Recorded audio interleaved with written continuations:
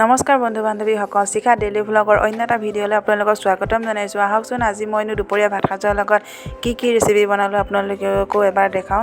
আজি ভাত সাজৰ লগত আছিল হাঁহৰ মাংস, ব্ৰইলাৰ মাংস আৰু সৰু সৰু আলুৰ শুকান ভাজি।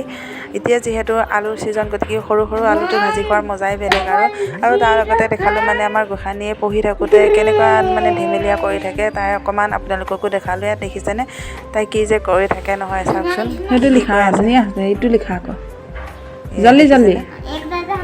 এনেকুৱা কিছুমান কথা কৈ থাকিব নহয়, আপোনাৰ খং উঠিলেও হাঁহিবলৈ বাধ্য হৈ যাব আৰু তাই মোচন চাবচোন কেনেকুৱা মোচন দেখাই থাকিব আৰু এয়া দেখিছেনে। খং উঠা মানুহ হাঁহি উঠিবলৈ বাধ্য হৈ যায় আৰু এনেকুৱা তাই ধেমেলীয়া কিছুমান কৰি থাকে। সেয়াই মই অকণমান আপোনালোকৰ আগতো শ্বেয়াৰ কৰিলোঁ। দেখিছেনে কথা তাই।